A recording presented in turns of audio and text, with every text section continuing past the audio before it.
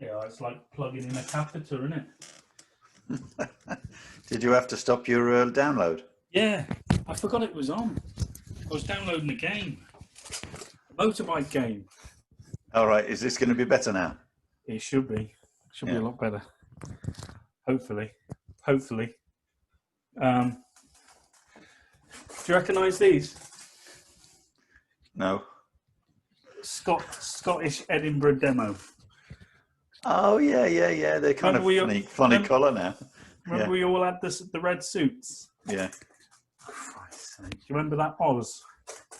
Oh, yeah, I do remember. We were eating dinner and I said, what did you do in the army? And he went, I was a nuclear sniper.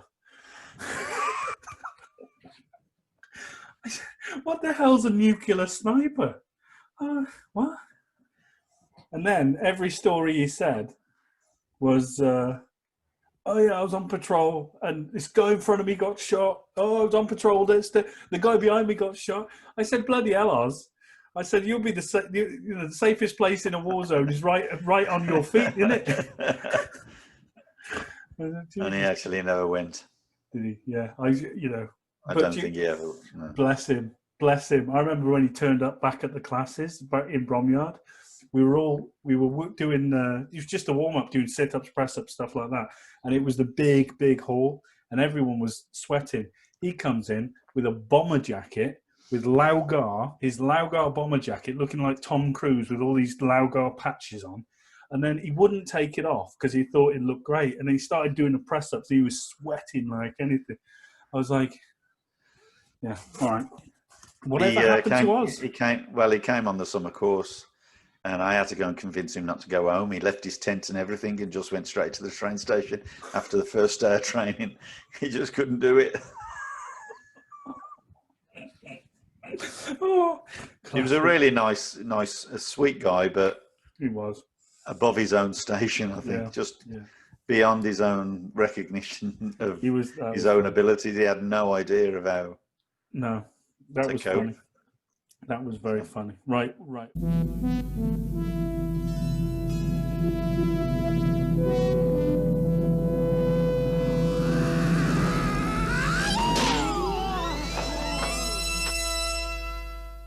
Not being able to speak is not the same as not speaking.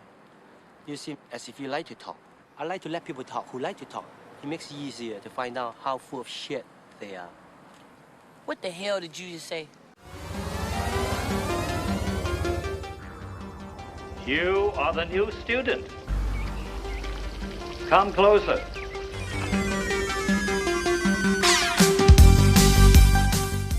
You're listening to the Kung Fu Podcast presented by James Still. Anybody who has some knowledge of Kung Fu can easily defeat you. And Steve Newby. Man, you come right out of a comic book.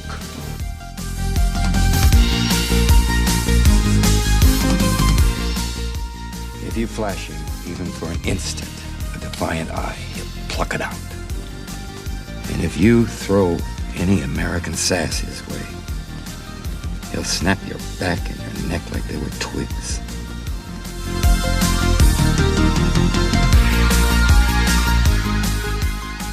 Okay, guys, welcome to the Kung Fu Podcast, episode. God, no, I don't even know what episode. 33. Are you sure? Yep. I'm not sure. Hang on. Let me just double check this. It's 33. Are you sure? Yeah. I'm just going on iTunes to find out. Oh, yeah, you're right. It's 33. Here was me not believing old man news. I do apologize. Sorry, Steve. Okay. Right. So, what we're talking about today, chaps, ladies and gentlemen. By the way, my name's James Still, and I'm joined as ever by my instructor, Mr. Steve Newby, live from Canada. Hello there. Hello there. Hi there. A boot. How about? Yeah. Okay. Hey? What? That's a boot. That's all I can think. I don't know. All the tropes. Right. I love Due South, by the way. And I never knew that it was actually filmed in Toronto. but it was set in Chicago. It was filmed in Toronto, set in Chicago. A lot of stuff is actually set in Vancouver. You see the film crews everywhere all the time. In fact, they were right next to our house, and you've seen them here too. They're doing a lot of stuff. Interestingly enough, ladies and gentlemen, Rambo, First Blood, was filmed how many miles away from you? Oh, it's a fair way now. Hope, it's a little town. Yeah, but it's over the Coquihalla. Yeah, it's about 4 hours away. Okay, but it was filmed in Canada, which I never knew. I was like, oh, okay. And it was filmed in the winter as well, and he was freezing, but he did it. Everyone else was like freezing their knackers off, and he was just walking around in that leather thing. No, he wasn't walking around in that leather thing. That was like No. That was Rambo, like 2 or something. Rambo 1 was the half decent one. Was he in? He was in the woods, right? Yeah, he was in the woods. Yeah, but there was no bondage. There was no leather. No bondage. I think we have to check on that because he was freezing. Apparently, he wasn't wearing. He was just wearing this thing over his, like showing his muscles and stuff. I think he was wearing like a makeshift ghillie suit, but there was certainly no leather involved. Well, he was cold. Let's put it that way. Whatever. You're there. Okay. I've been to Hope and I've read all the crap that they've put about him, and the thing that was blown up, obviously it's not there anymore. Police station was built and then blown up, and the bridge is not there anymore. Okay. Whatever. Okay, right. You brought it up. I did. I brought it up. Right, what are we talking about today, Mr. Newbie? I had this letter from John. We were going to talk about this because it's reference to some of the things. We're talking about teaching a little bit. Yeah. So it was a question that he had and the kind of conclusion he came to. So I just got to find the thing, and while we're at it. Yeah. So basically, we put a video on the blog spot. It was John from America who was on the last one. He was talking about a sword technique. Yeah. From our first sword set. Just a spin, blah, blah, blah. Anyway, we got talking about whistles and whooshes and what constitutes a training technique, what doesn't, blah, blah, blah, blah, blah. So we're going to have that conversation again, but we're going to go into it and why we sort of comment on the things we did. And by the way, thank you to everybody who commented. We really appreciate it. Yes. We always do. You don't have to agree, and we don't have to agree with you, but it's really good to have a good... It's really important to discuss things, whether we end up agreeing or not. Doesn't matter. Oh, absolutely. Absolutely. So, that is important. But guys, just, see look how many people are commenting. And you notice it's the same people. Yeah. Let's try and spread this a bit more, shall we? Spread the word, people, because, if, we've got to get more people. Ooh, my phone again. We've got to get more people, in the discussion, because we're all in it together. We're all doing allegedly the same style. So, although there's a lot of variance. A lot of variance there, sir. Anyway, so we're going to be talking about the sword video in a bit. We're going to just quickly touch on Steve's letter and what it means to be a teacher.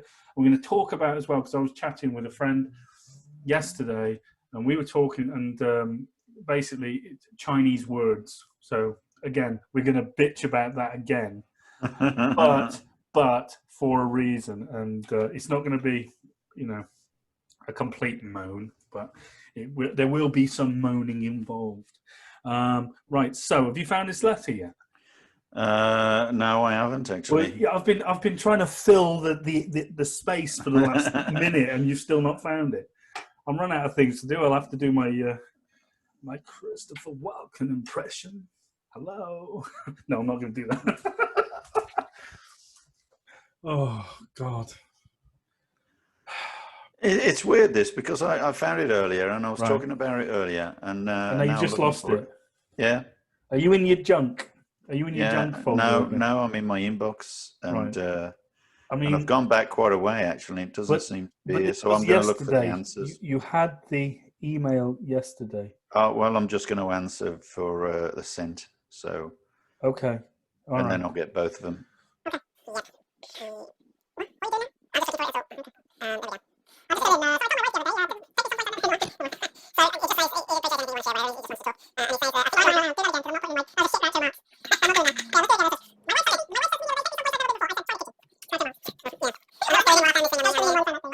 Okay, yeah, he sent me this thing, which was really nice. It said, I think I've drawn a parallel with your teaching. I am at the point with exercise that if someone asks me a question, they don't get the answer they want. They're looking for details or sets or weights or times, exercises, that kind of thing. What they get is the idea and direction. And I think that's how he sees how I teach. Right. So as an example, he's put a question, what should I do to get fitter? And it says, do something you are not good at. Right? So that's his answer. And then another question example, he goes, what's better, bicep curls or a barbell or dumbbells or cables? And his answer is, doesn't matter, choose one you'll actually do. So I think you are here with your advanced Kung Fu. You're not about the details, you're beyond that. You're about the objectives it's trying to accomplish. Do you think so? So, you know, my answer was simply, I guess. I never set out to with any knowledge of teaching and was never taught to teach. I just enjoy other people's accomplishments and I have an enthusiasm to make a change in others. It's always been natural for me to give advice, even when I didn't know what I was talking about. And that's true. Even when I was a little 5-year-old, I was telling people whether or not the insects were poisonous or not, and I hadn't got a clue. But they listened to me, and I guess I must have been most intelligent one out of the lot. Tells you something about my childhood. Yeah. Yeah, gene pool comes to mind. That's pretty good. That's it. You're a grifter. You're a grifter. You can make stuff up. You know. Is that the end of your reply? Yeah, that was the reply. Yeah, yeah. So, I guess in my head, right? I totally understand that because I to a degree understand your methods and how you think. Yeah. Yeah. So here's an example, right? If I ever want to ask you a question, I stop. Generally, I stop, I pause, and I think, do I know the answer to this question? Mm-hmm. Do I know what Mr. Newby is going to tell me?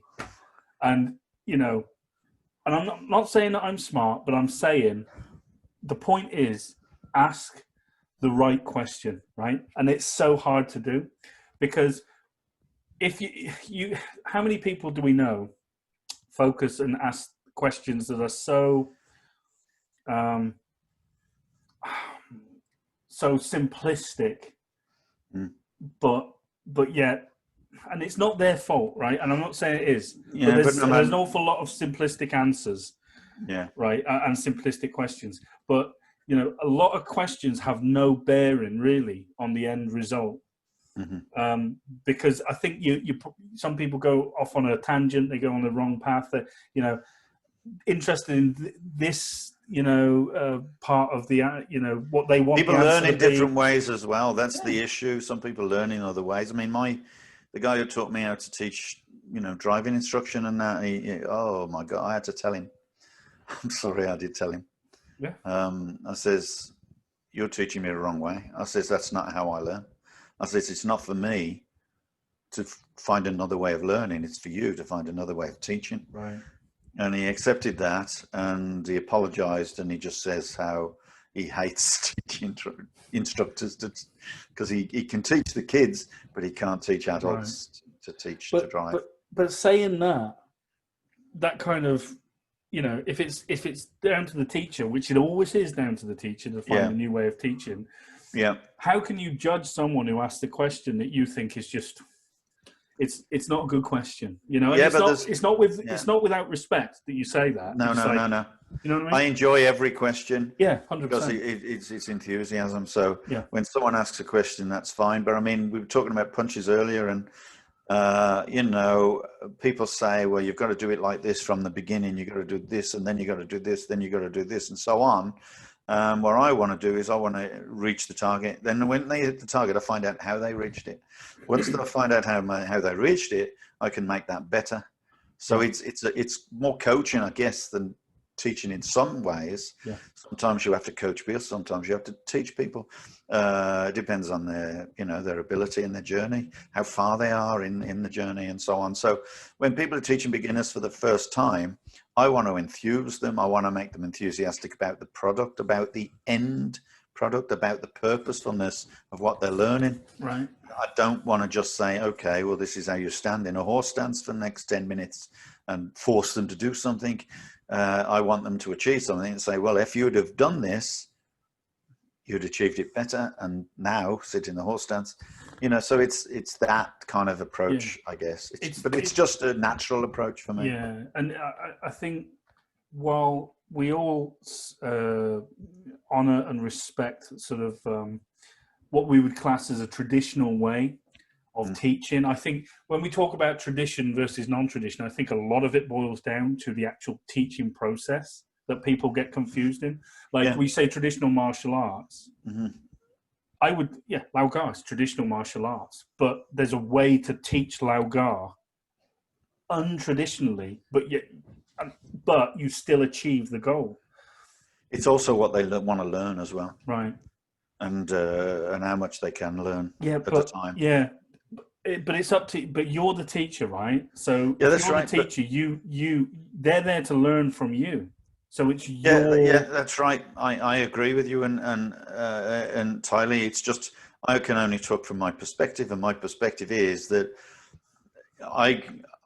because I love teaching so much, I love every student, right? Until they're a pain in the ass. Well, yeah. So I love every student, and basically I want to make sure that they're coming at me from their perspective, and I'm taking them on the journey, not each person the same. Every single one is different.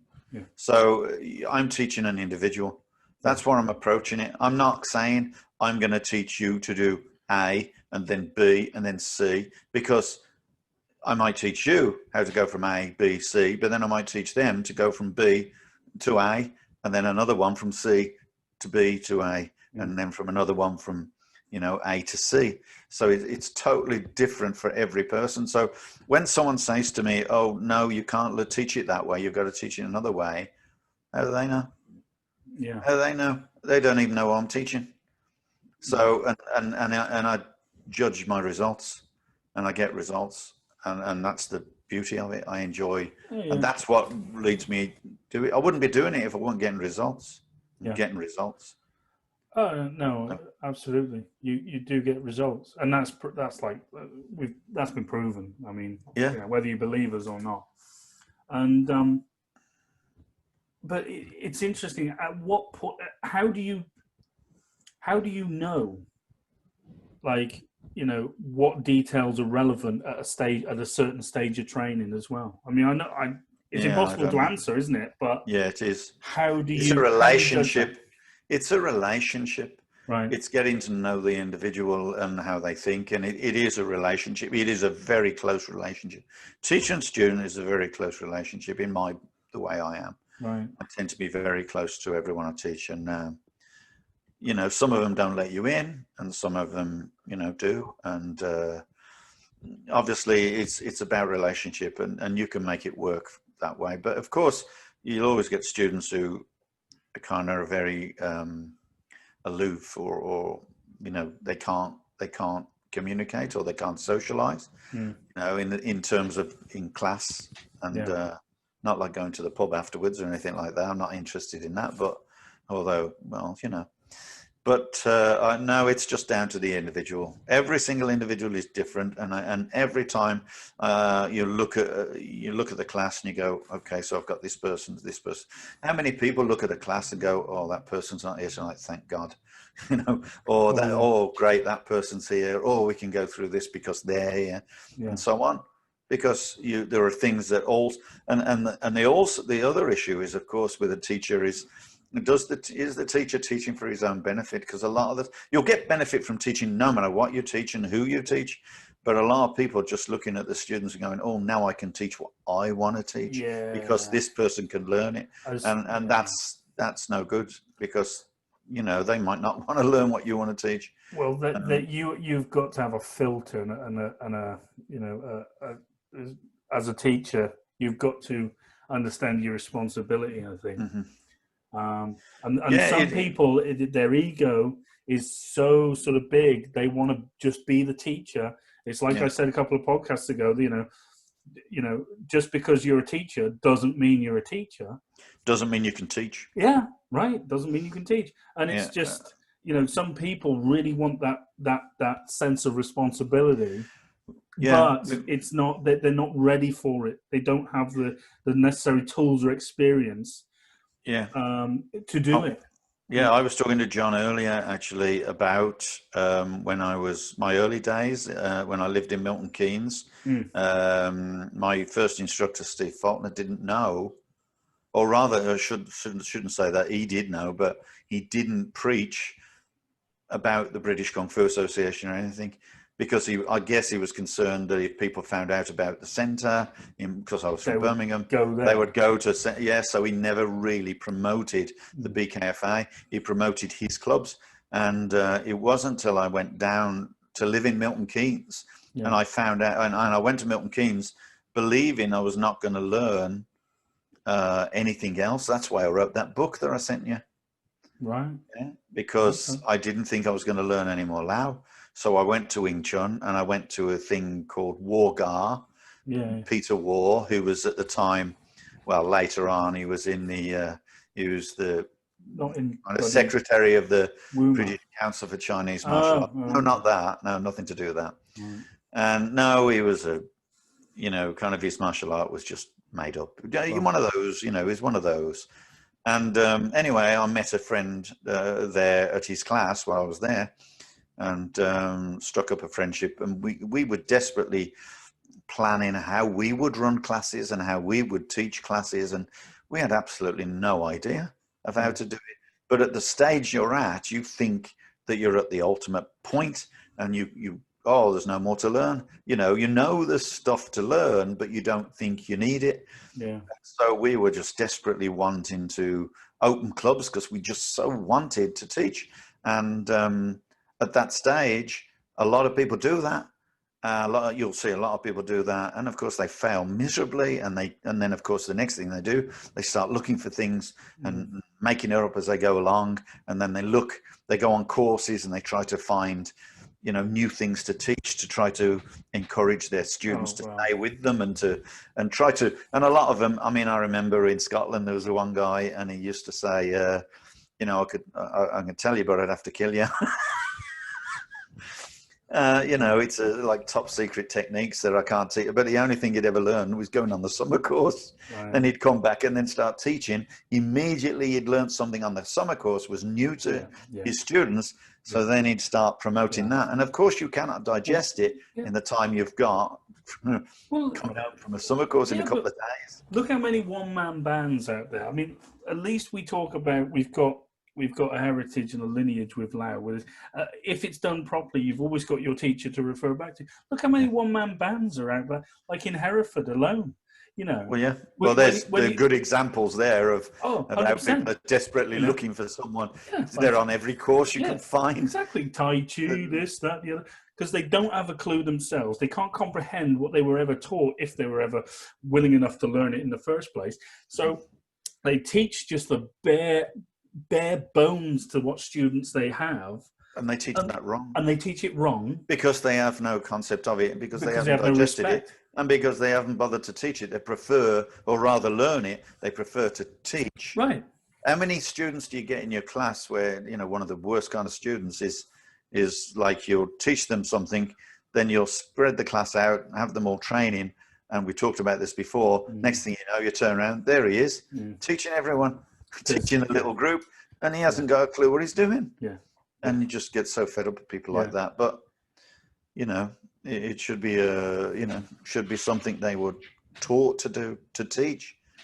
Well, I mean, the way you did it with me, I mean, I'm not the best teacher, I'm not the worst, but you can't. I was a blue sash, and that's 2 grades in. And you said, Jay, do you want to do the warm up? And I did the warm up, and then I progressed on to teach. Do you want to teach? Teach this group of people? I was like, oh, I'm not sure.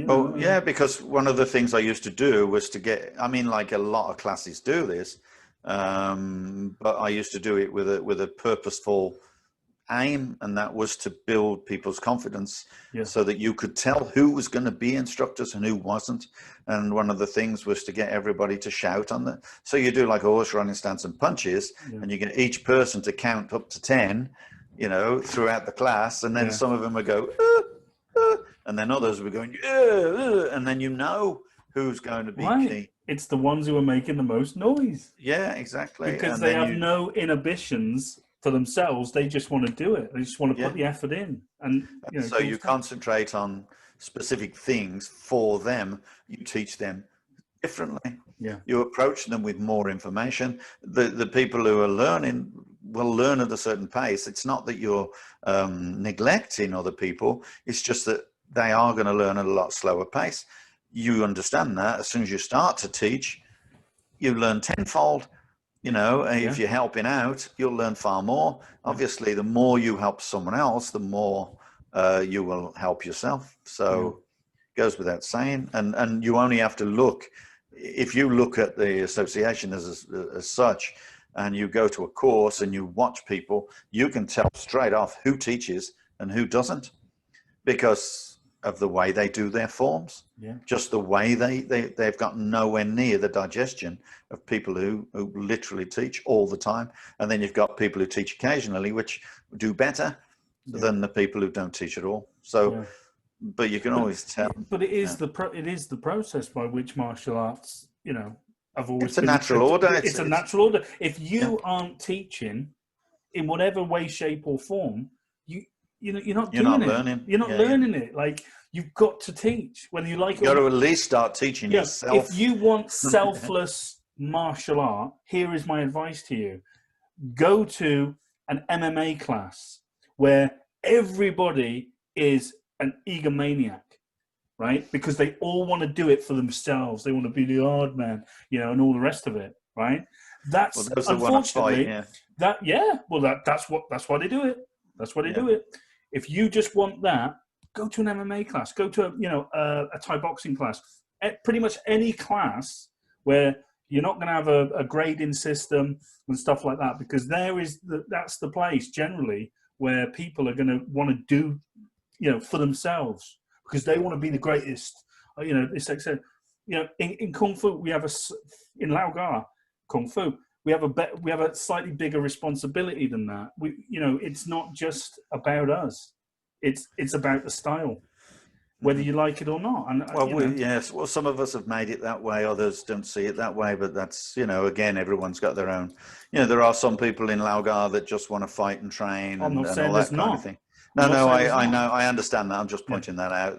And then there are others that don't want to teach, or rather, some people don't want to teach, but then there are others that actually don't want to learn. They just want to teach. Yeah, right.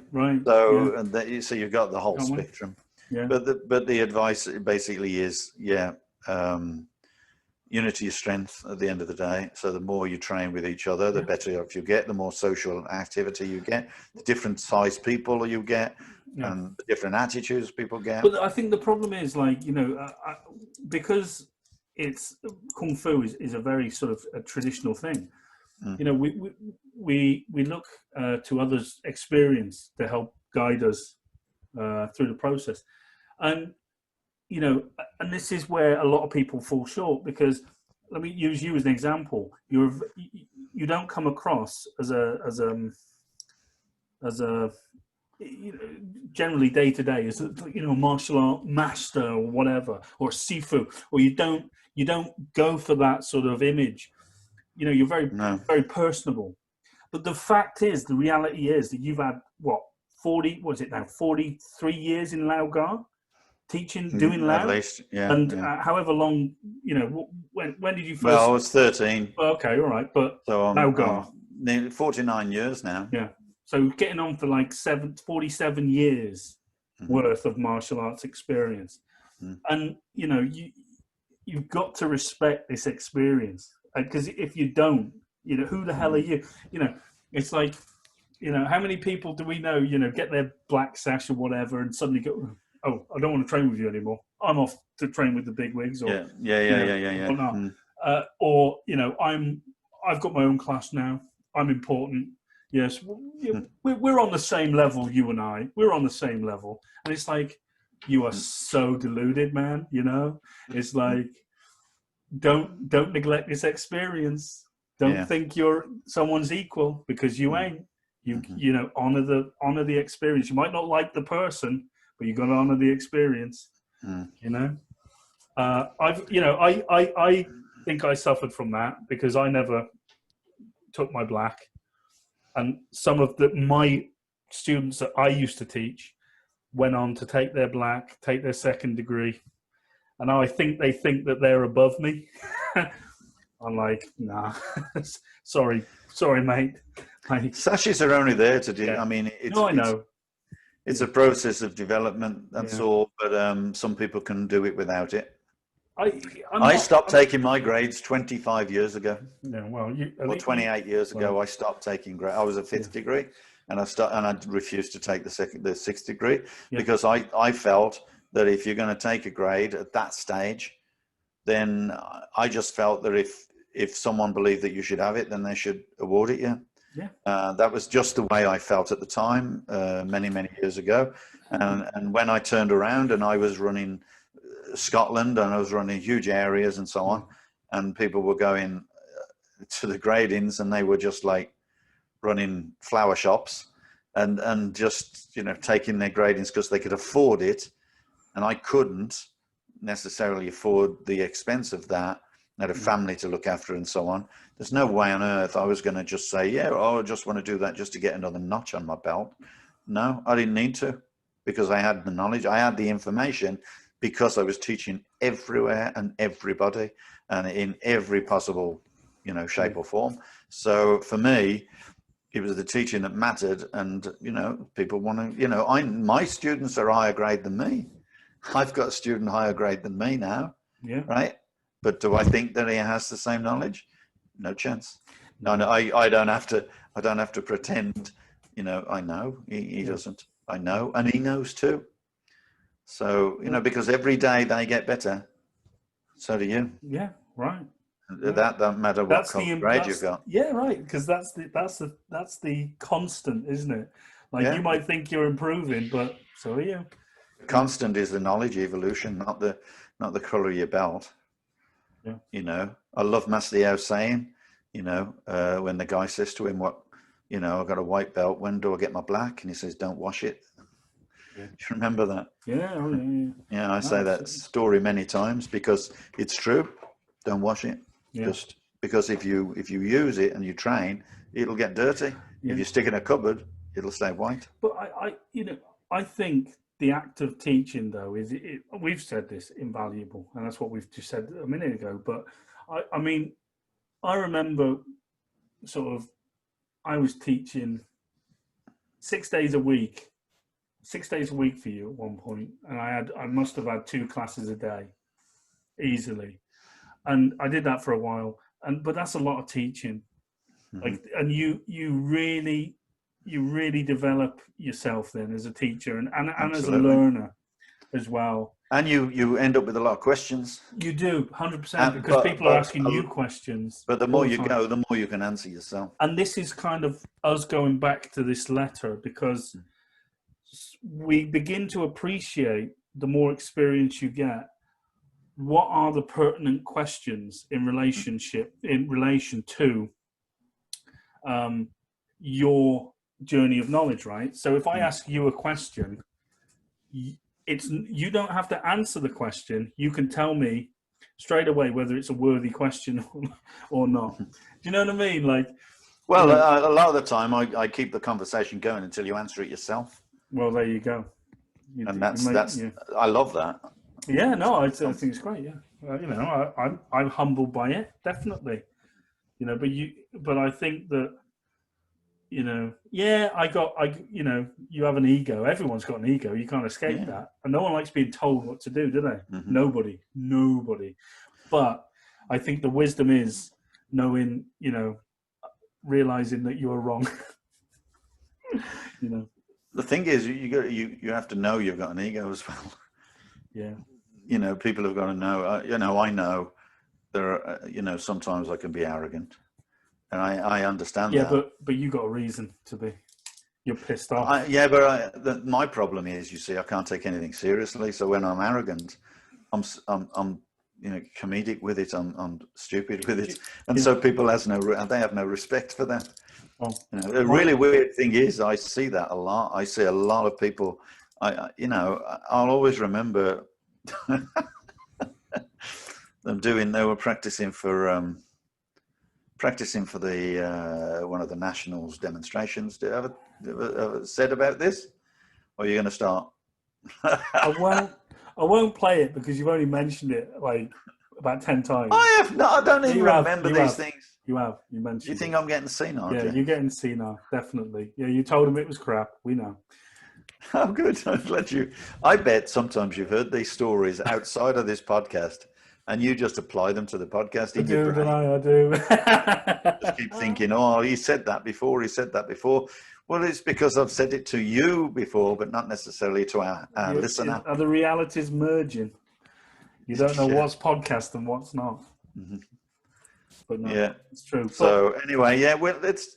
No, but I think with me, it's a complete disregard for authority. I hate authority. I can't stand it. Never have my whole life. And it must have been something from my youth. I don't know what, but I can't stand people telling me what to do. I hate them. I hate it. Which is really weird because, I joined the army and, like that. I didn't get that. But I was I knew how to play the game in that. Or it's like Forrest Gump, innit? Just make your bed real neat, get up early, and that's it. Yeah. I play the game. But and with you, like my dad, I loved him, but I hated being told what to do by him. But I think with you, I sort of surrendered myself. But I don't tell you what to do. I just tell you do. You do tell me what to do. I tell you how to do it. Yeah, but you do it in a way that forces me to learn the error of my ways. But that's what I'm saying. And it's not that my dad didn't do that. It's just that I don't know whether it helped that you were a martial arts instructor. I don't know. I don't know. It was interesting. But you do get people like that who, I hate. The one thing I can't be, I can be, people can tell me what to do and people can, verbally abuse me. They can do anything they like and they can take the pee, but they can't threaten me. I can't be threatened. It's not possible. I can't take a threat, but I can be, people can just laugh at me and they tread all over me, but can't threaten me. Well, yeah. It's really weird, that, isn't it? It is weird. Yeah. I think I can. Everyone's got their own character. I think I can take a threat because I always think fighting is 99% bluff anyway. No, I don't mean it that way. I don't mean that kind of thing. It's not like you can stand up to the threat or not ignore it or whatever. No, I just don't want people to threaten me. That's it. It's not that I'm going to do anything about it necessarily, but I'm just going to say no. Yeah. You ain't going to do that. Then let them take it further if they want to. Yeah. But I'm going to meet the threat always. Oh, okay. And then that's the important thing that I have to do. I can't not. It's like I'm possessed, man. It is. It's really weird, some of the things I've done because of it. Oh, really weird. Yeah. It's kind of like a switch, isn't it? We've talked about it before. It's really weird. Yeah. But anyway, that's enough. But, back to teaching. I think, talking about teaching, then we did have some things on the Laugar blog spot that was interesting. We had some good conversations and stuff. And you were talking about wishing and whooshing and washing and wishing and whooshing, and whether a sword does this and that. And I made a comment on there that I don't want my sword to make a noise. Maybe because my sword is heavier than most people's, because it's sharp, it's real. My sword was genuine, real. It had a good blade. I used to go and chop trees down in the garden and lob everything and just cut the grass, do everything with it. And I kept it sharp. And maybe it didn't travel as fast as other people's little light things. But what are we really talking about here? What are we really talking about? Because we ain't talking about, does my sword, am I cutting correctly because it makes a sound? I think we can all agree, all right, yeah, if you make this sound, you're cutting properly. If you make this sound, you're cutting incorrectly. Yeah. But what are we really talking about here? Because it ain't the sound of the sword, is it? What The sound of my sword was the branch falling off. Right. And if it cut through that branch, I was cutting. Right. Okay, and that's it. And it didn't really make a great deal of a whooshy, whistly noise because you just heard the branch go. Well, maybe I just wasn't. Yeah, I just wasn't moving fast enough because my sword. And as soon as we had that conversation, I went in there and I got a sword, which was made in 18 something, right? And it's a British sword, an officer sword, and doing that, and I'm going, I can't hear anything. And then occasionally I'd do it as fast as I possibly could, and I'd hear a little whistle. But, you know, really, most of the time, it never made a noise. Well, yeah, I did the same thing with my Dow up there, the heavy one. My forearm bloody hurts because I hadn't touched it in a couple of months because I've been doing the stick all the time. And I was like, it ain't making a noise. Yeah, because it's not traveling as fast. Right. But it doesn't matter because it's sharp. If that bugger, you know, got you, good night. You know what I mean? So, like, but I understand when people say, like, I'm not like dissing them. If you train with a Wushu sword, that's what you train with. Fine, you know. But what we interested in here? Are we interested in actually honoring the martial legacy of what we do by training with a real sword, or do you just want to honor the movement by training with a light Wushu sword? James, there's two examples. There's two examples here, right? We talked before. I know that we've talked about this, where the karate people in the 70s had these really nice suits when they were punching. They liked to make these noises in the class, punch, punch. So what they started to do was in order to make the noise of their tunic sound. Yeah. And then you've got the Wushu swords, which are so flimsy and thin, like a piece of paper. Foil. They just foil, exactly. So what they do, they go, and they try to make them at the end. Why? I don't know. But surely at that point, the blade is stopped moving, so you get stabbed. But never mind that. It looks cool. Exactly. It sounds good. And that is what I don't agree with. So I don't do my sword play for that reason. And I don't want to try to make any particular sound. I'm trying to avoid making the sound. And, you know, but obviously I can see where they're coming from. They say if you make a whoosh sound, then obviously it's turned. That's 100%. And if you're making a whistle sound, then maybe it's straight. But I'm not interested. Yeah, but this is why I'm saying, what are we really talking about here? We're talking about your objective in wielding a sword. Not to listen for sounds, not to do this. But I defy anybody to make that noise with butterfly knives. Right. Right.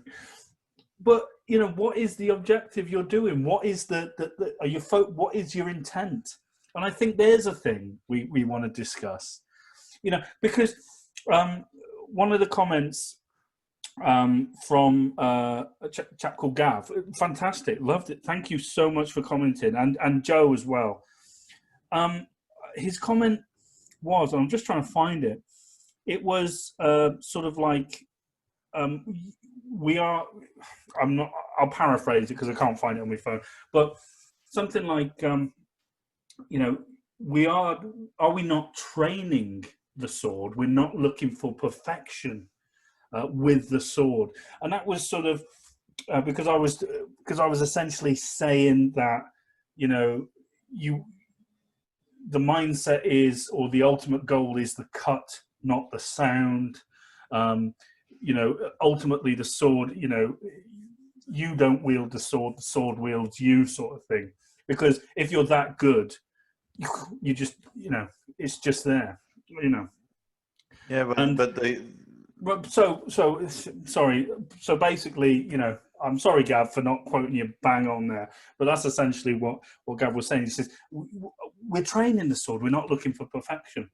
And so I immediately, I don't know why, my mind just went, right, okay, we're not looking for perfection, we are looking for a direction. And what I mean by that is we're looking for a direction in our training. So if you want to do your training, you know, focusing on, do I make a sound or not? Okay. It just so happens my training is, would I have cut his head off and would I have reached him? And am I covering myself, you know, after the fact? Or what's next? You know, what's my next attack angle or defense? Do you see what I mean? So I'm not saying that people don't train. Well, it's the approach to teaching and to training. In that, I am looking for perfection. I didn't say that I'd reach it. Well, right. I'm not looking for perfection from students, from myself. I'm looking to train it. I would be happy if I trained it and trained it and trained it. This is what I know. If I did nothing but train it, I would attain some level of skill, whether it's perfection or not. It's not for me to judge. No one's ever going to attain perfection, but the point is, we are aiming that direction. I mean, otherwise, what would you do? You would teach someone, and you would say, well, that's good enough. Yeah. No, it's not, because once you get to that point, now there's more to go. Right. There's better. You can do better every time. You can get I mean, let's face it, any athlete would not stop at second best. No, they're just going to train and train. They're going to keep on training, and so therefore you're looking for perfection because, you know, you're going to be shy of perfection always. Yeah.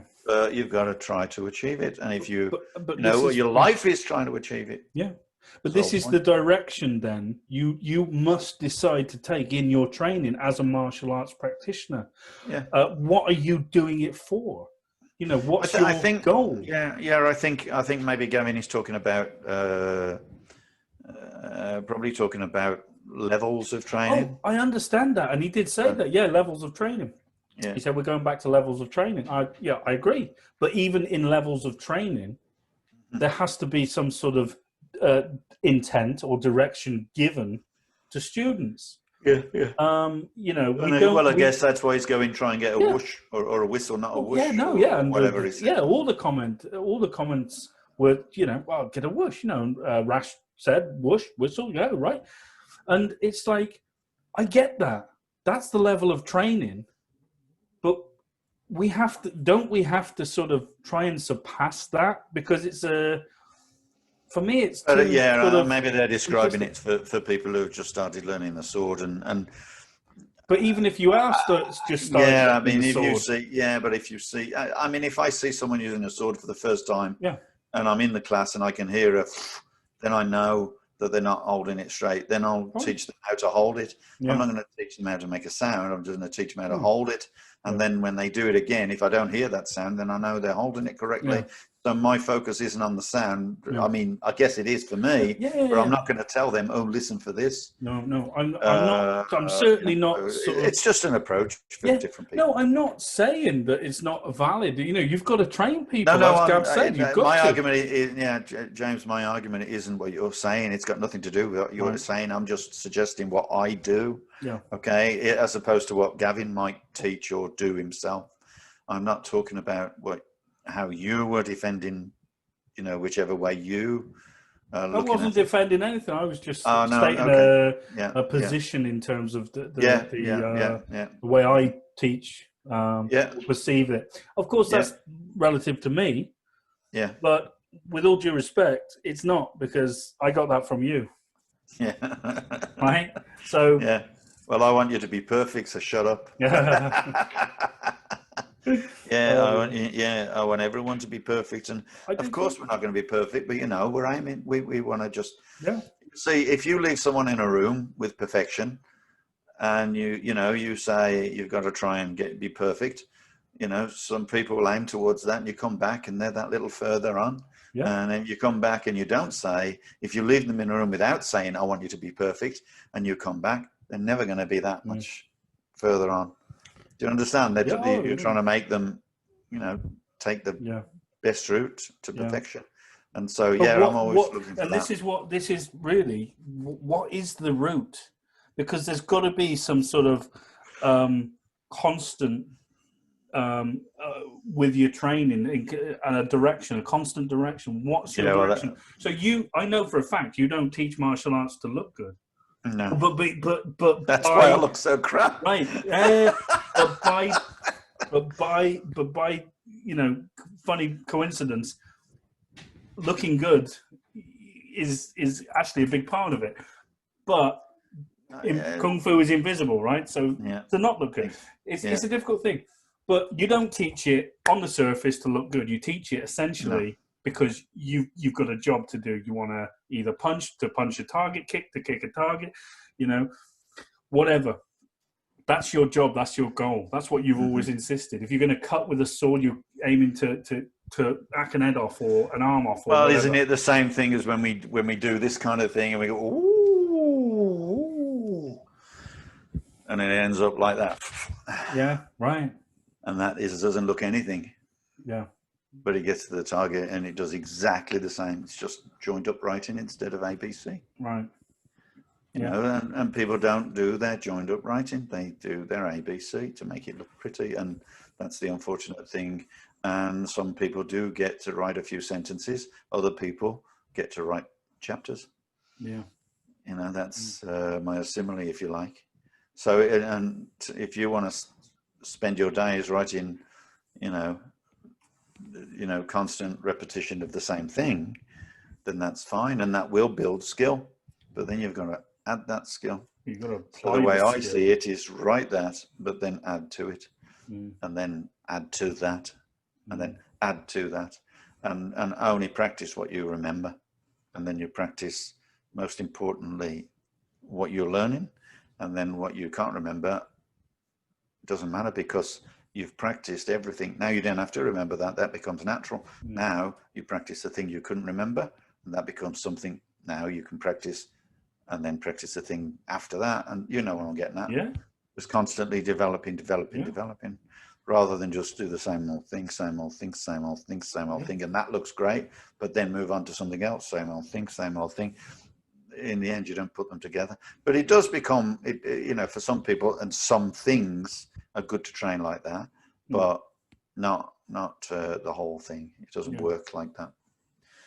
But then maybe that's just me coming from the point of view I have, rather than. But what is wrong with the point of view you have? If I'm not asking. It's just that's the way I teach. That's all. That's the way I teach. And so define it. Just say in a sentence or a paragraph. What's your purpose in teaching? What do you intend to get from people? To get to the end product, to make the end product work. Right. And how do you define work? What do you mean? And build up the speed. Yeah. Right. Decrease the angles to make the speed faster, and that would make it work faster. It's the same with anything, you've just got to make it faster. You've got to make everything work. What can I say? I got to think, right? So at what point? I mean, when you say traditional training of martial arts, it's full of repetition, and that is a wonderful thing.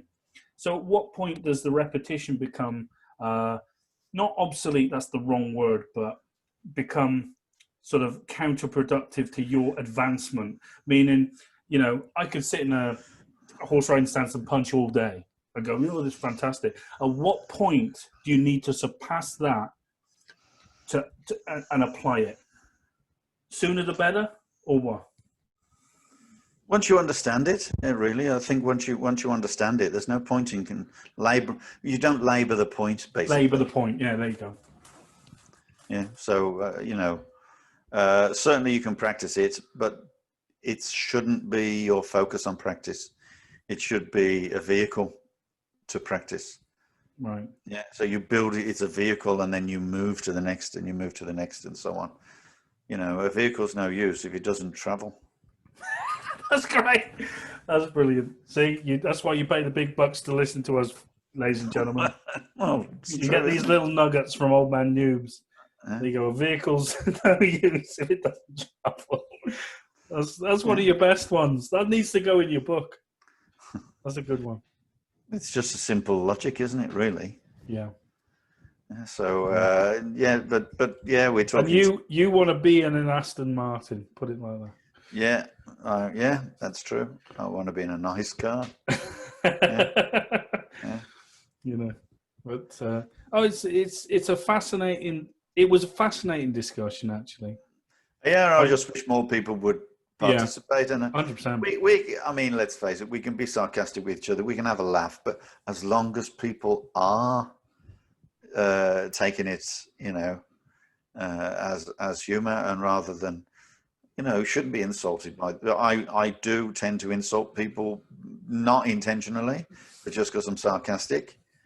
So I do, people can read it wrong, but but that's their problem. It's up to them. Yeah. It's many a argument with people because they misunderstand. Yeah. And well, it's up to you. I don't care how you take it. Take it, but I'll just talk straight to them, explain it to them. You gotta be. Cool. No, that's all I was going to say. Really, I just I find it. Sorry, I thought you were finishing. Go on. Carry on. I just think it's so important to get these discussions out there. I really do, because a small drop in the pond, the ripples get bigger, and that's the point. I'm glad to see people are talking loud for once, so we can throw something on, and it's great. Maybe, I think maybe we'll throw a little video on there or something, and and then people can insult us and talk about it. And tell us we're doing it wrong. To which my reply is, you do the video then. Yeah, exactly. If ever anyone's if anyone is worth their salt and they say, I mean, it's nothing wrong with them saying, well, I do it this way. No. That's fine, because then I can say, well, this is the reason I don't do it that way. And this is the reason why I prefer to do it this way. Yeah. And then they can say, well, I prefer to do it this way because, I've only got one leg. So this is why I do it that way. Okay, fine. You've only got one leg. That's the way you'll do it. Yeah. But it's up to them. Yeah. So everyone's got their own way of doing things, but it's really good to find out which way, because there are other people watching and listening who will choose one or the other. But it's better to have two choices, 3 or 4 or 5 choices than one. Yeah. But it also draws questions. They're going to now say, well, why do you do it that way? And I heard what you said about doing it that way, but what if? And that's what we need. We need a lot of questions, because that's how knowledge progresses. Yeah. And, let's face it, if you haven't got a teacher, there's a lot of people out there who haven't got teachers. No, they haven't. And they sit there and they go, but this is how I think it's done. And then they listen to, maybe they've watched our podcast and seen a couple of videos, or seen us do something or talk about a technique. And then they've gone, that sounds a good idea. I'll try it that way. And then others, will hear someone else say something and, I like that. So it's for them to, but they've got the choices, and that's the good thing. And remember, Master Yao's not going to be around forever.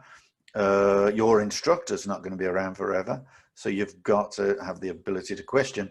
And as an organization, why aren't we working with each other? Why aren't we discussing together about things and improving certain people's opportunities to practice? Yeah. We got to be, because if we don't, then there's going to be, when one teacher dies, loads of students die with him. Do you know what I think? Do you know what I think when Master Yao dies? God forbid, this is quite morbid, but it's not. But I kind of think you'll have all the people, right, and it's going to be uproar in the world of Lao Ga, because you'll have all the people who trained with him, right? And I don't mean like the old days trained with him, but they've perhaps gone to the centre once a week. Master Yao's been around, they've been around him, whatnot. They'll say, when he's gone, I trained with Master Yao, so I'm right. And that will be the biggest load of cop-outs ever, because that will stop people from actually, wanting to learn. Mm-hmm. And I don't mean that in a disrespectful way, because... Oh, I think you're right. Because this is what I think. Master Yao, obviously, is the head of the style. Like, I get that. And it's a wonderful thing that he is. And it's his style. But is it though? Is it though now? Well, it's all of us. Right. It's all of us. Okay. But, and that's what I'm saying. Yes, he is the reason we do what we do. Like, without a doubt. And there lies the respect for him and the love and the loyalty, if you're still that way inclined. But it's no more Mastiau's style anymore than it is my style or your style or our style. It's everybody's, because he did his job right. Yeah, you see, the thing is, people will say that, you're right, but I know personally, from personal experience, because I train with Mastiau. I know from personal experience that I've asked him a question one month, the next month is a totally different answer. So, don't come to me and say, Mastiau said it this way, because you've got to ask yourself, why did he say it that way? Because I know that Mastiau will say it to one person one way because he knows that's how they will learn, and that's how they will do it, because of their makeup or because of their attitude or because of their size, whatever. But then you'll turn to another person and he'll explain it in a completely different way. A, because he's learned by talking to that person and realizing how we can put it across, and B, that person is different. So there's lots of different ways he'll say the different thing. And I've been at 2 Brown Sash courses where he's gone, do it this way, and we talked about this with the number 9 kick block. Yeah, right. And he's gone, you spin out, and then I go, last month you said, Mastiau, that you step back, and he just turned to me and said, use your head. Yeah. Well, what about Fei Lung Chi? Is it that, or is it that? Yeah, but that causes uproar. Yeah, because they see it as a photo like this. Yeah. What they forget is, as you're moving, the photo is taken. The photo is taken at that point. Yeah. And everyone thinks, oh, that must be it. Yeah. Well, it's not. Yeah. Because it has no purpose. Right. It's a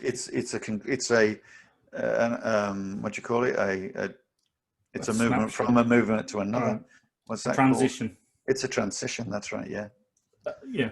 So photographs often hide transitions because they're photographs. Yeah. By definition, they don't show anything. They show one picture. And if ever you look at a book where it's got, and they're trying to teach you a set, and you've got one movement, next movement. You can tell someone who's learned from a book because they go. It's like, hang on, what? Do you miss a bit? I learned Sulim Tao. That was my first ever book, Wing Chun book. Before I met you, I was in McDonald's cloakroom doing Sulim Tao. It just looked weird. It's funny. I didn't know what I was doing, but you don't need. But I train with Mastiau. I must be right. Okay, look, whatever. Mastiau does it a completely different way to you, and he does it a different way to for people who are into John Russell. He does a completely different way to John Russell. I sat with one time I was teaching in the on the summer course. And I was teaching the brown sashes, and I was teaching Bok Pajon, and I did it one specific way. And then and John come along and he went, oh, it's like this, and I just was, you corrected me in front of people. What's the point of me teaching if you're going to correct me? In the way that you do, maybe go to me. Different? Yeah. He just says, it's a different thing. Right. And I went, and Mastiau was somewhere, and I went, well, what is it, Mastiau? What is it? And he went, it's like this. and he was completely different, not only to what I did, but also to what John did. Right. And John's was barely different to mine. Right? Basically, it was like that or that. Right? Okay. There was a movement, is it that or that? And Mastiau went, it's like that. And I'm going, and then Alan kneeled. Alan kneeled with your turn, showed the claws. Alan kneeled, and I'm going like this, and John Russell was going like this, and Alan Neal did exactly the same as me because he was taught, pretty much the same way, and we were both there talking. Alan Neal had just come down to visit, And he went, I do it like that. And I went, yeah, I do it like that. And I said, yes, it was like that. And then I says, well, how do we, get it the same and that? And he goes, well, he says, I don't like the way John teaches that, but I don't say anything because we're not clones. Yeah, right. There's no need for it to be clones. If you do it that way, you're doing a movement which is useful. That way, there's a movement that's useful. That way, there's a movement that's useful. That way, there's a movement that's useful. It matters not. It's a set made up of movements in one direction, as long as they coincide with the movements that follow and previously proceed. Yeah, so that they work with them, then it's not a problem. A strike is a strike. Is it that, or is it that, or should I do that, or should I do that, or maybe I should do that, or maybe I should do that. What's the significance of that in Chok Choi? I don't know what the significance is. So you do it with that, do it with a fist, do it with a palm. It doesn't matter. It depends on the target, and as well, obviously smaller techniques are better for, nice painful. Yeah, but this is what right. What's that for? This is like the focus that we were talking about before. What's not irrelevant. It's not that important, but it is important at the same time. Important when you're teaching it to a group of people so that they're all the same. Right. A good example is, okay, so we're teaching the walks. Yeah. And some of them learn to step, they get into a ready position, say, for instance, some get into a ready position, then they step on left punch with the right, okay? And other people will, I don't know, they'll step backwards or step in the right and punch with the left, and then everyone becomes different. So you can't teach a class where everyone is at different time. No. So you say, well, you've got to do it this way specifically. There is a particular part of the syllabus that I always taught in a particular way, and it didn't mean a damn thing. It's just that you had to have everybody learn in the same way. So you made that rule and you said, okay, this is how people are going to step. Yeah. This is how people are going to turn. Yeah. And so therefore everyone, when they turn the same way. Yeah. But there's nothing wrong with, there's 3 different ways of turning, but you can't have everyone do different things. You brought up the walks there. That's a really good example as well, because one of the things that my students ask me in the walks is about the transitions between each walks, meaning, what am I doing with the hands? How are they blocking this? How are they blocking that? Mm-hmm. And I've got to a point with one of my guys now where I told him, I said, listen, I don't care how you get there, but it's got to make sense to you. If you're transitioning from, basic walk and punch to spear hand, and you there's a big gap there. Does that sit right with you? Is that logical? No. So close the gap, make it smaller. Think about covering yourself. Oh, but how do I do it when I turn? I said, I don't know. What do you do? What would you do? I said. And eventually he got it in his head to do it. And he does it different every time, but he's still achieving the same goal of covering himself before he does the technique. So there's no right or wrong. No, not really. But, obviously, I think training, for one specific action or one specific reason or purpose, just requires one thing. But otherwise, you're training 2 things half as much. Philosophy. Oh, very nice. Very nice. Well, it's like people say, they say like fighting, okay? So a lot of fighters just fight one way. So their left hand is always forward and so on. And then other people say, well, no, I like to try it with the other side as well. Yeah? So I can do that the other way around. And so now I'm, I'm good at it both ways. But you've only trained one way 50% of the time. The other guy's trained it the one way once. Yeah. In other words, he does left hand 100% of the time. You only do it 50% of the time. You're only going to be half as good as him.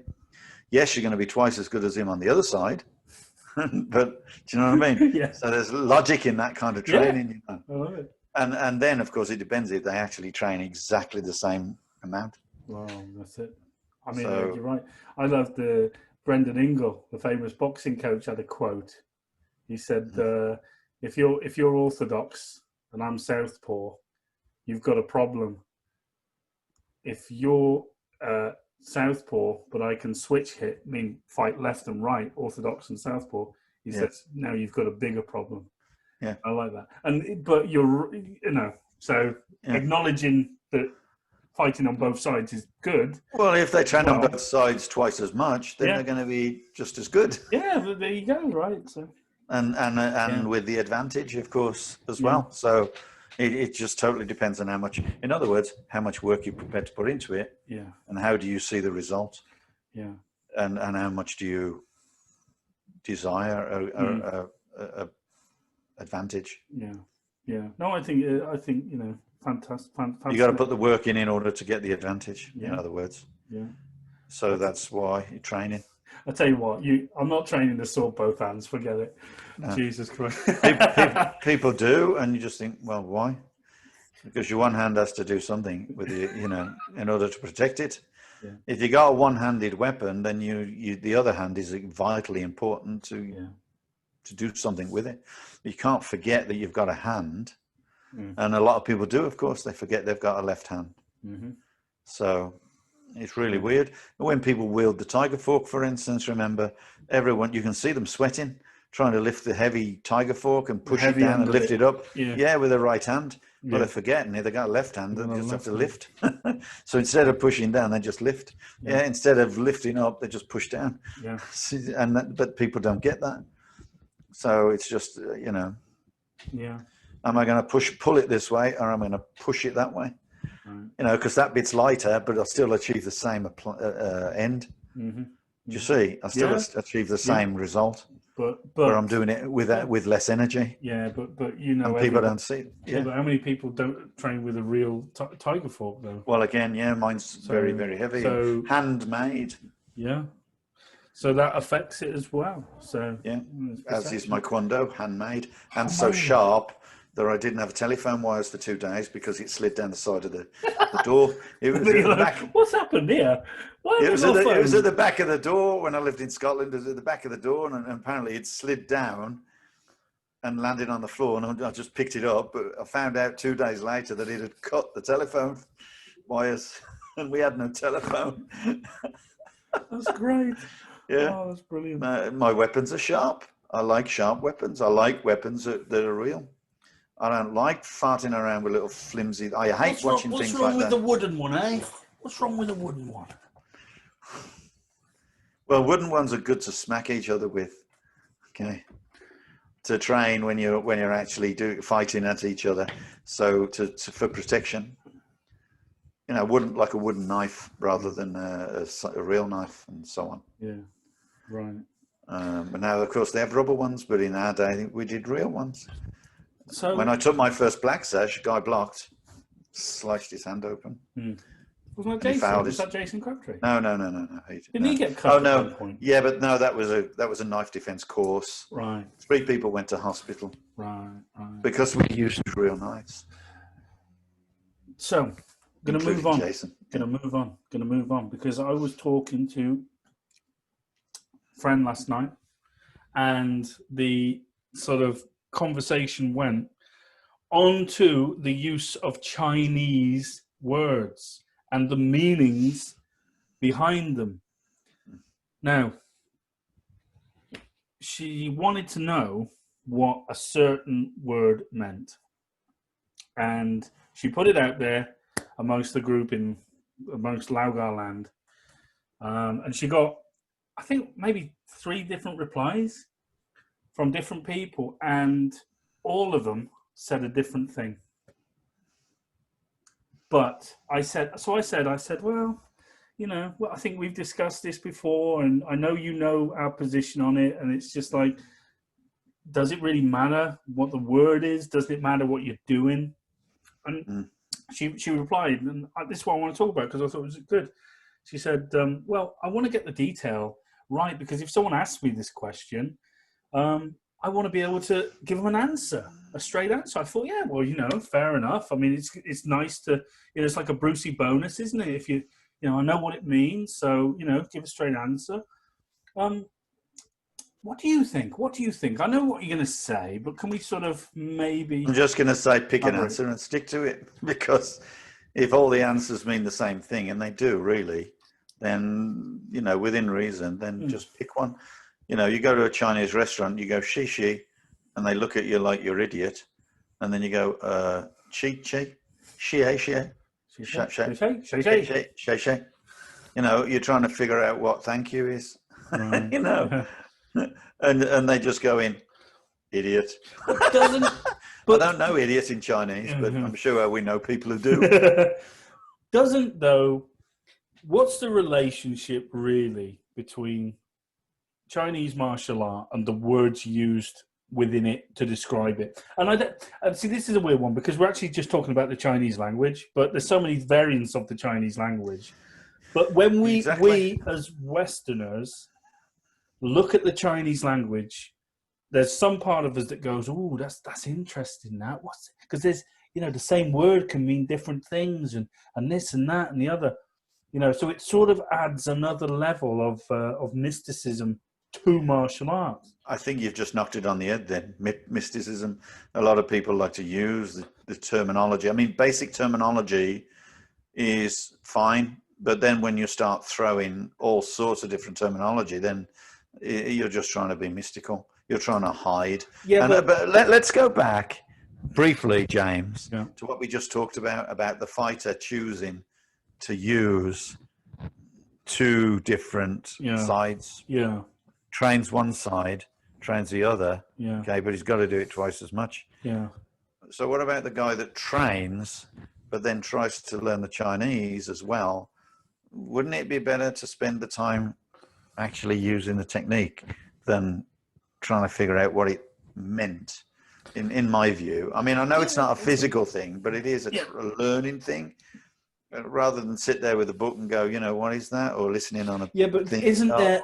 Isn't there? Can't you find some sort of relevance? Not for you, but generally. What can we say? What could the relevance be to want to get these words right for us? For us studying Lao, it's got to be. I mean, we've got to get. Come on, isn't it nice to know these things? Because it's nice to know a lot of things. It's nice to be able to fight. It's nice to be able to do sets beautifully. It's nice to be able to throw weapons great. Can't do it all. You're going to be good at one and not so good at the other.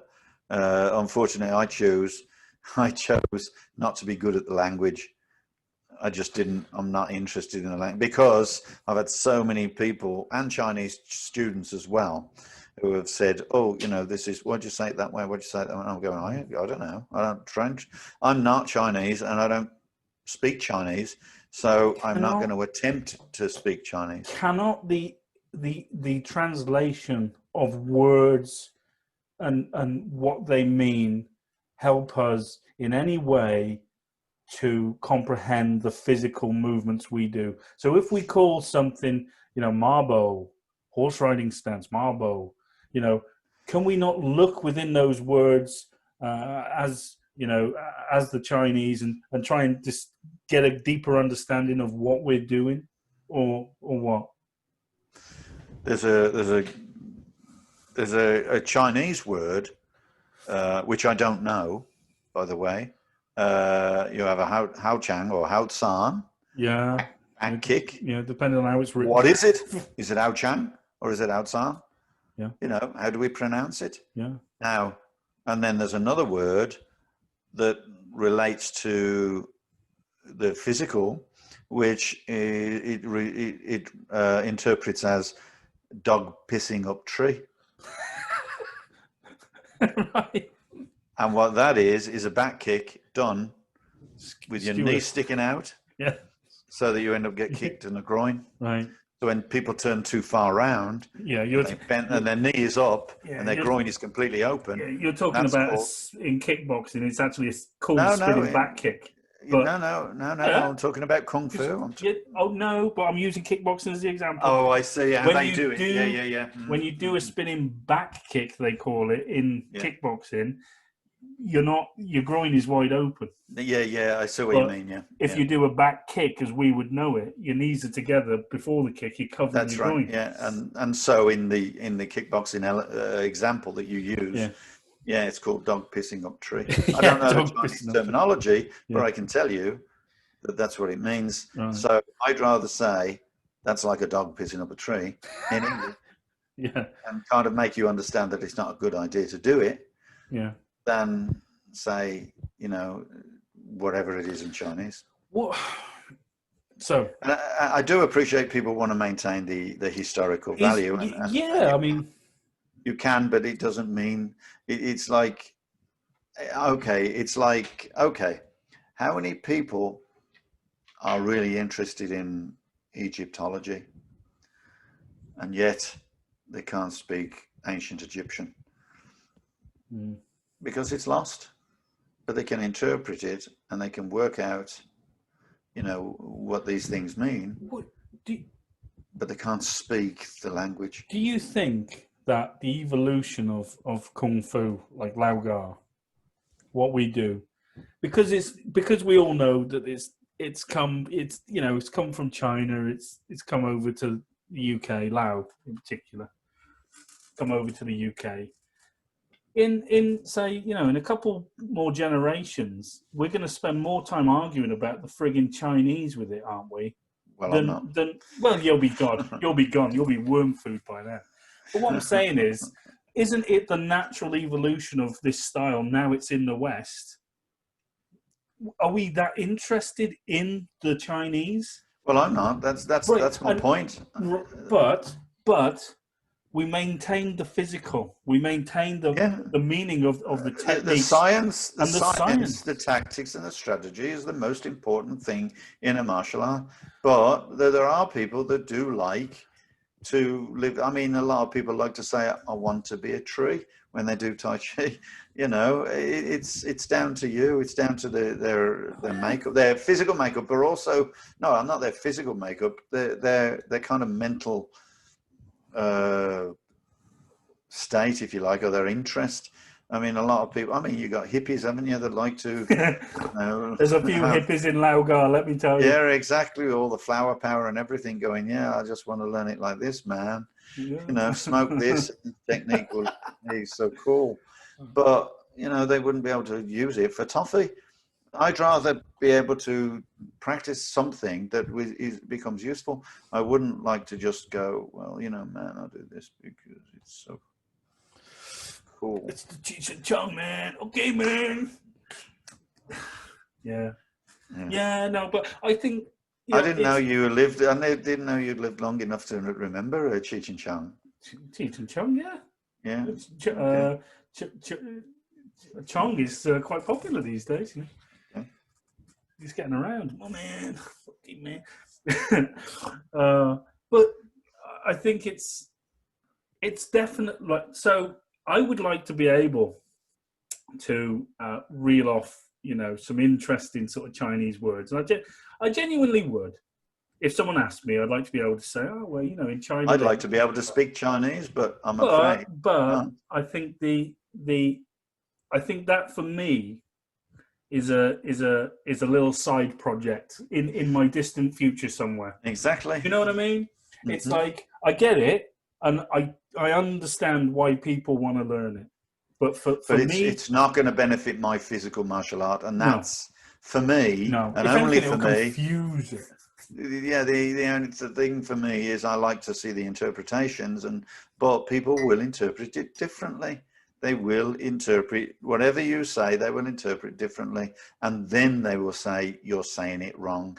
And for that reason, it is just a waste. For me, it's just a waste. Or they'll say, I got this from Master Yao. Yeah. Master Yao said this.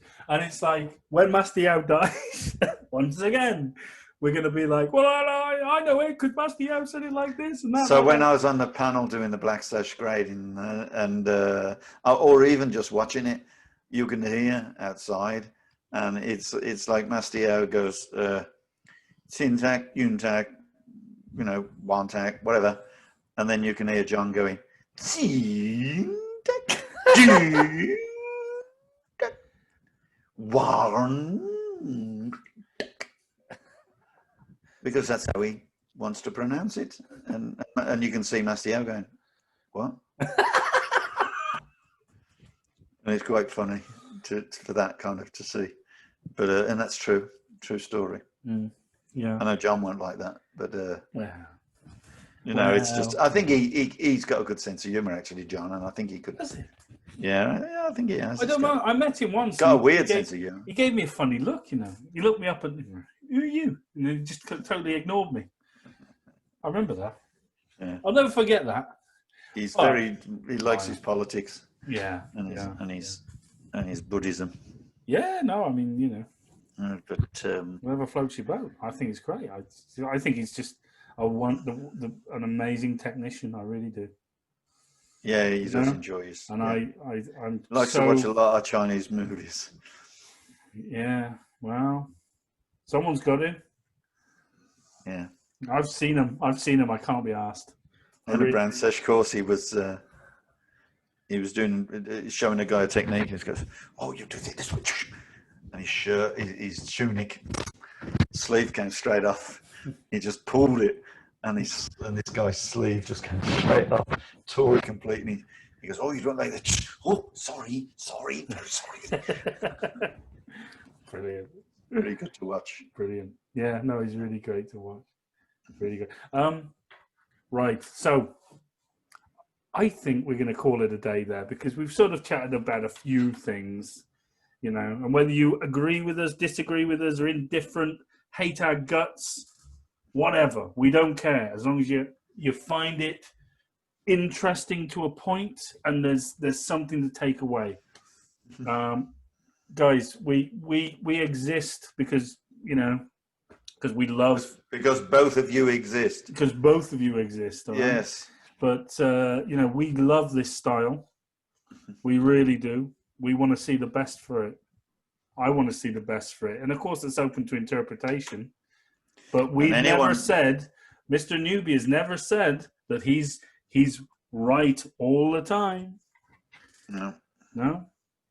You know, but he can damn well argue the point. Let me tell you. I want to argue it to make me better. Yeah.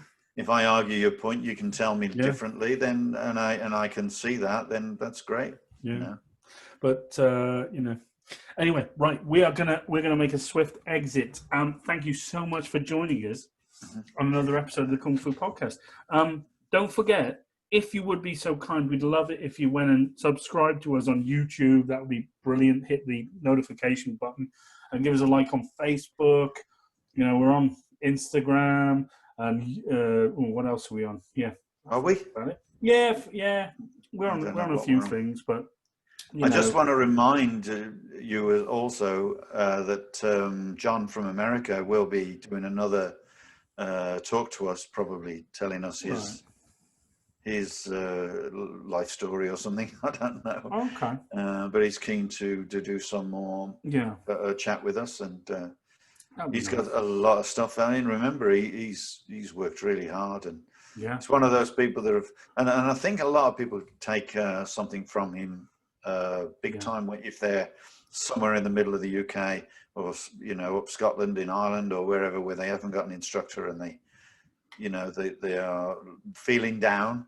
John did it for 10 years and he kept training and kept training and kept training. And, you know, he's good at what he does. You know, he's injured now. There's a lot of things he can't do. He's got a major tear with his muscles because of his weightlifting, bodybuilding, where he pulls trucks and stuff. Well, and so, to be fair, if you're going to pull a truck, do you know what I mean? Yeah. But it's 250 pounds in each hand. Yeah, right. You know, in the hand. Do you remember that video? Maybe you could stick it up on the video. Yeah, I've done the video. Up the weight up with the finger. Yeah, I've done that video.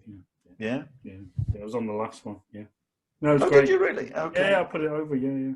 Oh, excellent. The middle finger lift. Yeah. Amazing. Yeah. Brilliant. Yeah. So we'll look forward to that then. We'll look forward to that. Have a nice little chin wag with John.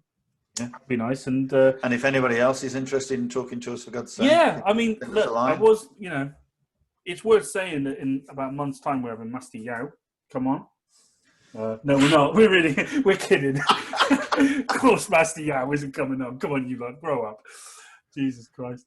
That'll be the day, wouldn't it, eh? Right. Anyway, guys, lovely to keep company with you. We're going to sign off. Take care from me, James Still. Goodbye. Train hard. Stay safe. Keep thinking of questions. Keep challenging yourself. Keep training. And from Mr. Newbie, Mr. Steve Newbie in Canada, it's... Goodbye. Goodbye. See you guys. Take care. Bye-bye now. Yeah. Woo! That's Daz. Oh. Oh. My daughters watch Daz all the time, and he goes. Who's Daz? I don't know. He just critiques games and stuff. Oh, I'm sure people know him, and he goes Daz, and he just goes at the end. I don't know him. I don't know him. Okay. It's 4:30 in the morning now. I'm losing the plot.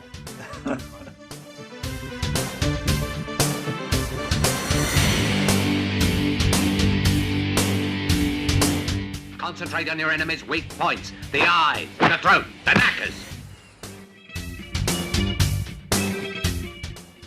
Hi guys, thanks so much for joining us on the Kung Fu Podcast. If you like that and you want to find out more about us, you can head over to Facebook, Twitter, Instagram or YouTube and find us under SJN Martial Arts. And also guys, this podcast is available on Podbean and iTunes. So until next time, take care of yourselves and we'll see you again on the Kung Fu Podcast.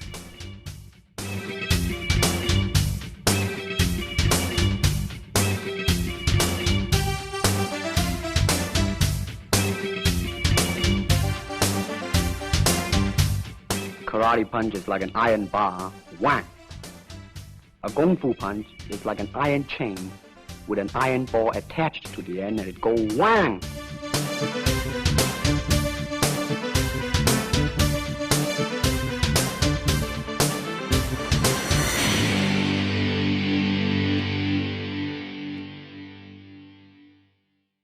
Can you break a log like that?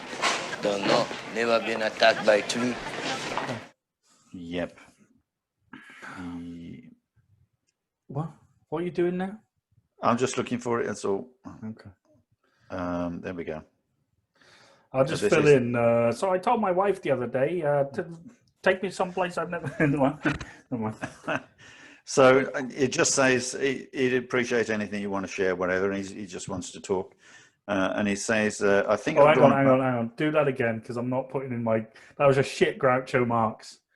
So I'm not doing that. Yeah, let's do it again. It says, my wife says to me the other day, take me someplace I've never been before. I said, try the kitchen. Groucho Marx. Yeah. And that was filling in while I found this thing on the... That was filling in while he found that thing. While I found the thing, yeah. Okay.